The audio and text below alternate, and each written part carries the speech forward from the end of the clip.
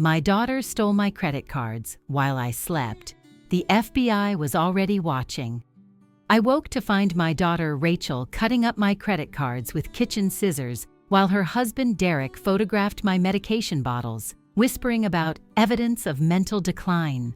They didn't know the FBI had been recording them for 3 months, or that the cards they were destroying were decoys I'd planted after discovering their plan to have me declared incompetent and steal my $3.7 million estate. If you're watching this, subscribe and let me know where you're watching from. Let me back up and tell you how a 68-year-old retired teacher ended up working with federal agents to take down her own flesh and blood. 6 months ago, on a humid Tuesday morning in Jacksonville, I overheard Rachel on the phone in my guest bathroom. She thought I was at my water aerobics class, but I'd come home early with a migraine.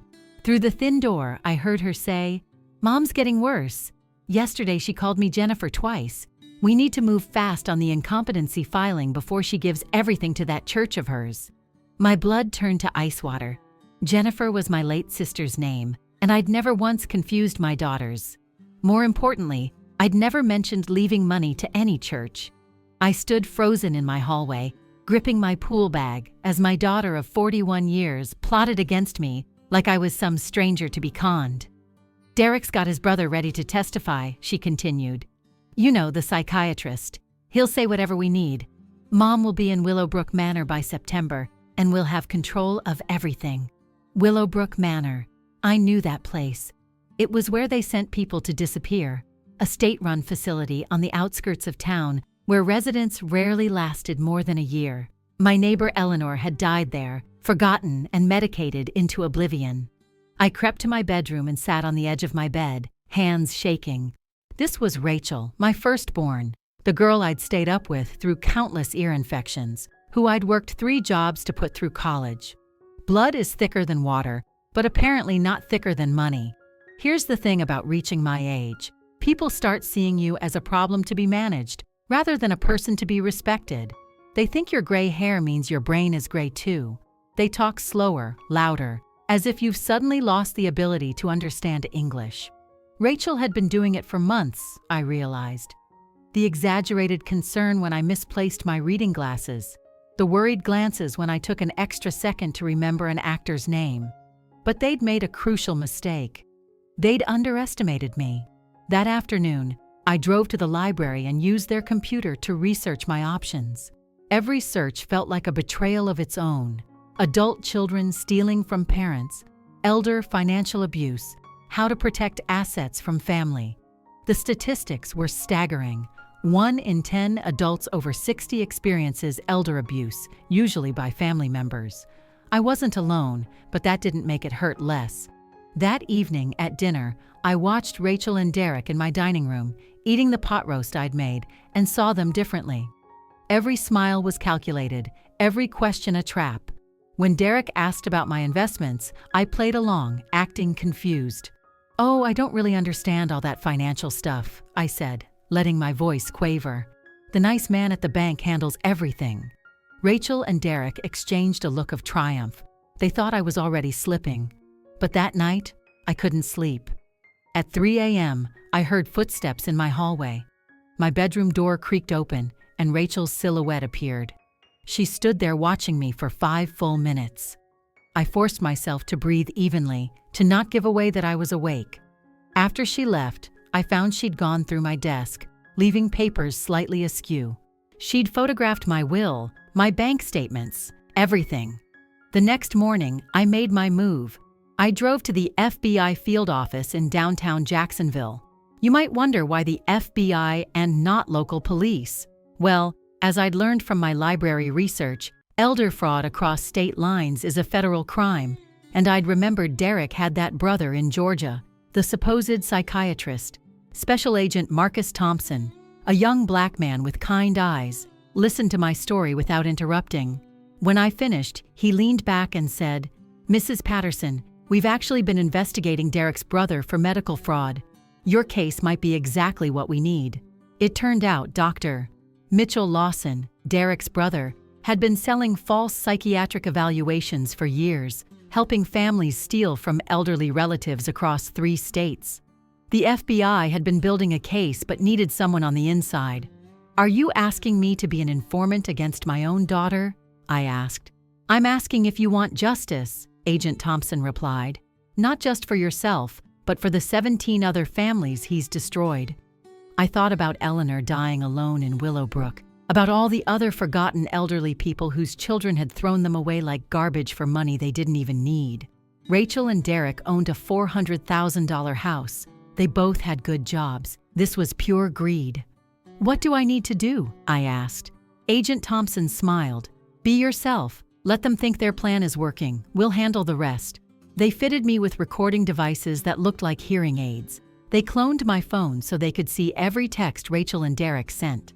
They even placed cameras in my home's common areas, all with my written consent, of course. 3 weeks later, the plan accelerated. Rachel started bringing Dr. Mitchell Lawson to Sunday dinners. He was exactly what you'd expect, silver-haired, authoritative, with a voice that dripped false concern. "Margaret," he said, using my first name without permission, "Rachel's worried about you. How have you been feeling? Any confusion? Memory problems?" I gave him exactly what he wanted. I called Rachel by the wrong name once. I pretended to forget what day it was. I even accidentally put salt in my coffee instead of sugar, gagging dramatically for effect. All the while, the FBI was recording everything. The worst part came in July. I overheard Rachel telling her younger sister Amy on the phone, "It's for her own good. She's going to hurt herself if we don't intervene." Amy, sweet Amy who lived in Seattle, believed her. Why wouldn't she? Rachel was so convincing, so concerned. She'd poisoned my relationship with my other daughter without Amy even visiting to see for herself. But that's not even the worst part. The worst was when Rachel brought my grandchildren over, my precious Sam and Katie, and told them, "Grandma's sick. Her brain doesn't work right anymore. That's why she might say strange things." 7-year-old Katie looked at me with such pity. "It's okay, Grandma. Mommy says you can't help it." I wanted to scream, to tell her that her mother was a liar and a thief, but I smiled and nodded, playing my part while rage built inside me like a furnace. At my age, you think you've experienced every kind of pain. Physical pain from arthritis, emotional pain from losing friends and loved ones, but nothing compared to watching your own child look at you like you're already gone, like you're just a bank account with a pulse. August arrived with suffocating heat and humidity. Rachel and Derek's plan was reaching its climax. They'd scheduled a family meeting for August 15th, where Dr. Lawson would present his concerns, and they'd reveal they'd already filed for conservatorship. The night before the meeting, I couldn't eat. Agent Thompson called me. "Tomorrow's the day, Margaret. Are you ready?" "I'm terrified," I admitted. "That's normal. Just remember, we'll be listening. You're not alone." But I'd never felt more alone. In my living room sat a photo from Rachel's wedding day, both of us crying happy tears. How had that loving daughter become this stranger who saw me as nothing but an obstacle to wealth? The morning of August 15th, I woke at 5 a.m. The house felt different, charged with electricity like before a storm. I made coffee with steady hands, dressed in my navy blue dress, the one I'd worn to my husband Robert's funeral 8 years ago. It felt appropriate for another kind of death. By 10 a.m., my living room was full. Rachel, Derek, Dr. Lawson, and surprisingly, Amy, who'd flown in from Seattle. Rachel had even hired a lawyer, Mr. Brennan, a skeletal man who kept checking his watch. "Mom," Rachel began, her voice syrupy with false concern, "we're all here because we love you." I almost laughed. The only love in that room was love of money. Dr. Lawson presented his evaluation, complete with a PowerPoint presentation on his laptop. According to him, I showed clear signs of cognitive decline, inability to manage complex tasks, and delusional thinking regarding family members' intentions. "I've seen this pattern dozens of times," he said with practiced sadness. "Without intervention, Margaret will be completely incapacitated within 6 months." Amy was crying. "Mom, why didn't you tell me things were this bad?" I wanted to tell her the truth, but I had to let them finish their performance. Mr. Brennan pulled out documents. Mrs. Patterson, we've prepared conservatorship papers. All you need to do is sign, and Rachel will make sure you're taken care of. And my house? I asked. My savings? Will be managed responsibly, Derek said quickly. Too quickly. You won't have to worry about anything. I stood up slowly, my knees protesting. I walked to my kitchen and came back with a box of chocolates, the expensive kind Robert used to buy me for anniversaries. Before I sign anything, I said, let's have a toast. To family. Everyone looked confused, but I handed out the chocolates. Robert always said big decisions deserve sweet moments. As they ate, I pulled out my phone. I just need to call someone first. Who? Rachel asked, suspicious. Just someone who needs to know about this decision. I dialed Agent Thompson's number. You can come in now. The confusion on their faces was poetry. Rachel stood up. Mom, what's going on? The doorbell rang, then knocked, then the door opened. Agent Thompson entered with 4 other FBI agents. Derek Lawson, Mitchell Lawson, you're under arrest for conspiracy to commit elder fraud, wire fraud, and racketeering. The room exploded. Derek tried to run but was tackled in my hallway, destroying my umbrella stand. Dr. Lawson sat down heavily, his face gray. Rachel screamed, Mom, what have you done? Exactly what needed to be done, I said. As they handcuffed Derek and his brother, Agent Thompson addressed Rachel. Mrs. Hamilton, you're not under arrest yet, but I strongly suggest you get a lawyer, a real one. Amy stood frozen, chocolate still in her hand. Mom, I don't understand. I pulled out my phone and played a recording of Rachel's bathroom conversation from 6 months ago. Amy's face went from confusion to horror to rage. You told me Mom was sick, she screamed at Rachel. You made me think. Oh my God, you're a monster. Rachel tried to defend herself, but Mr. Brennan was already backing toward the door. I had no knowledge of any criminal conspiracy, he said to the agents. I was hired last week. Sit down, Mr. Brennan, Agent Thompson said. We'll need a statement. The next hours were a blur. Statements, evidence collection, Rachel's increasingly hysterical denials. The FBI agents were thorough, professional, and surprisingly gentle with me. Amy stayed after everyone left. We sat in my suddenly quiet living room, surrounded by scattered chocolates and overturned chairs. Mom, I'm so sorry. I should have known. I should have visited. You have a life in Seattle, I said. Rachel counted on that.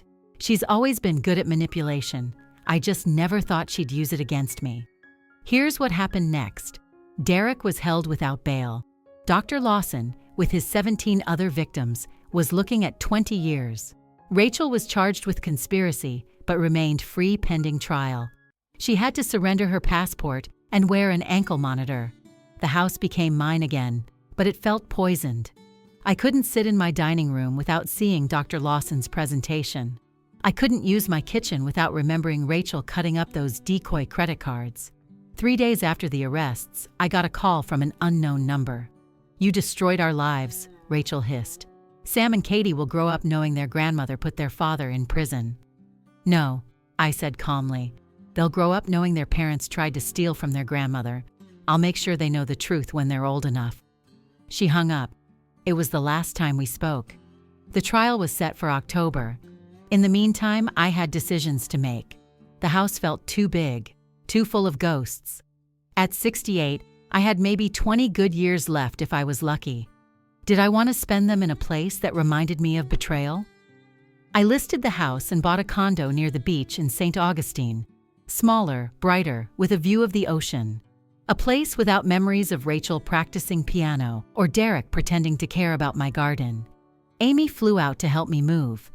As we packed, we found things I'd forgotten about. Rachel's kindergarten art, her high school graduation cap, a Mother's Day card where she'd written, "You're the best mom in the whole world.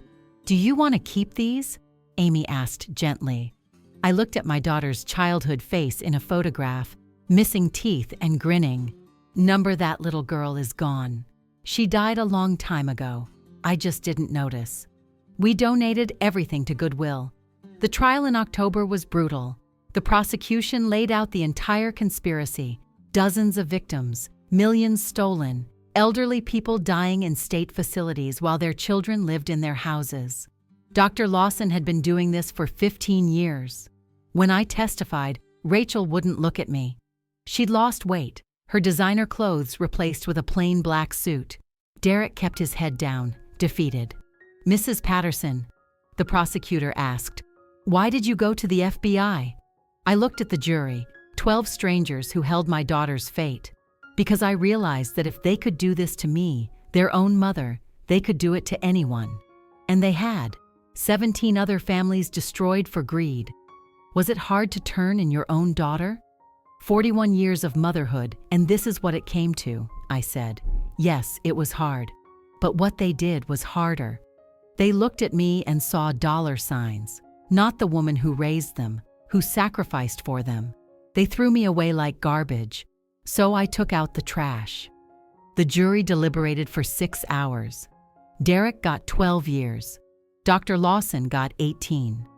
Rachel got 5 years probation and had to pay restitution to all the victims from her share of marital assets. After the verdict, Rachel approached me outside the courthouse. "I hope you're happy." "I'm free," I said. "That's better than happy." She walked away, and I knew I'd never see her again.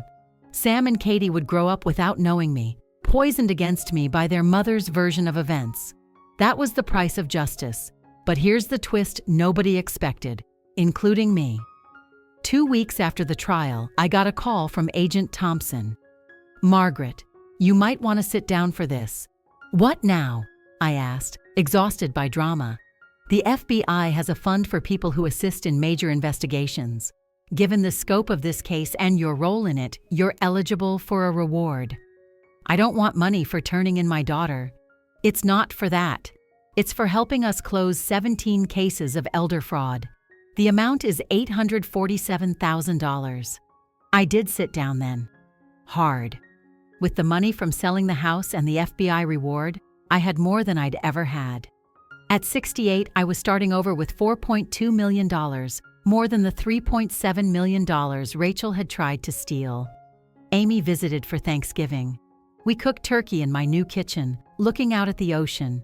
Her kids, teenagers now, played video games in my living room. "Do you miss her?" Amy asked, meaning Rachel. "I miss who I thought she was," I said. "But that person never existed. She was always capable of this. I just loved her too much to see it. Do you think she'll change?" I thought about it while basting the turkey. People don't change at 41, they just reveal who they always were. That December, I did something I'd always dreamed of but never could afford. I started a foundation for elder fraud victims, the Patricia Patterson Second Chance Fund. We provide legal assistance, temporary housing, and counseling for elderly people whose families have betrayed them. In our first year, we helped 43 people. Eleanor would have been proud. I hired a sharp young lawyer named Marcus, no relation to Agent Thompson, who'd prosecuted elder abuse cases. He had a passion for justice and called me Mrs. P with genuine affection, not condescension. "You know what I love about this job?" he said one day. "We're proving that getting older doesn't mean getting weaker. You're proof of that.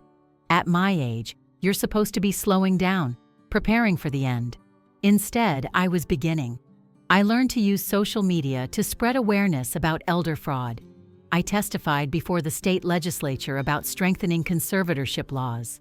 I even started dating a widower named Frank who made me laugh and didn't treat me like I was fragile. Rachel reached out once, through Amy, asking for money for Sam's college fund. The audacity still takes my breath away. I set up trust funds for both grandchildren that they can access at 25, with one condition: they have to spend a day with me, hearing my side of the story. If they choose not to, the money goes to the foundation. Sometimes I walk on the beach at sunset, thinking about the strange turns life takes. I should be bitter, but I'm not. Rachel's betrayal freed me from the prison of unconditional love. I learned that blood doesn't mean loyalty, that family can be chosen, and that at 68, I was stronger than I'd ever known. The other victims from Dr. Lawson's scheme sometimes call me. We formed a support group that meets monthly. We call ourselves the Silver Survivors. Martha, whose son tried to have her committed, brings cookies. James, whose daughter stole his pension, tells inappropriate jokes that make us all laugh. We're a family of sorts, bonded by betrayal, but defined by survival. Last month, I got a letter from Sam, my grandson. He's 14 now. It said, "Dear Grandma, Mom says you're a bad person who hurt our family. But my friend's mom said you're a hero who stopped bad people from hurting old people. I'm confused. Maybe when I'm older, you can tell me what really happened. Love, Sam." I cried for an hour, then wrote back, "Dear Sam, I'm not a bad person or a hero.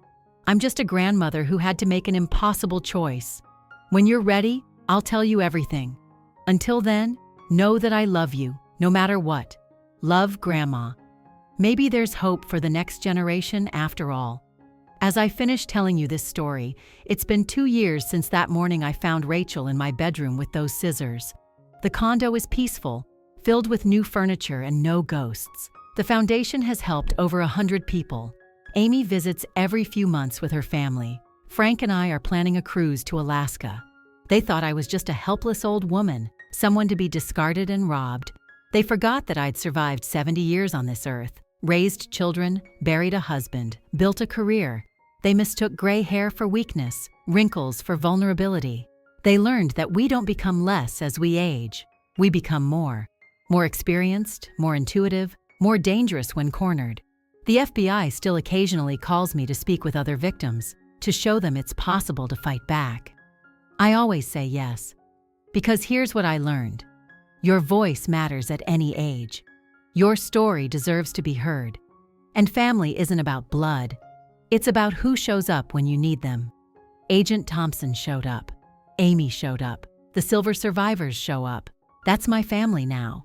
As for Rachel, I heard through Amy that she's working as a receptionist, living in a small apartment, struggling to make ends meet after the divorce from Derek.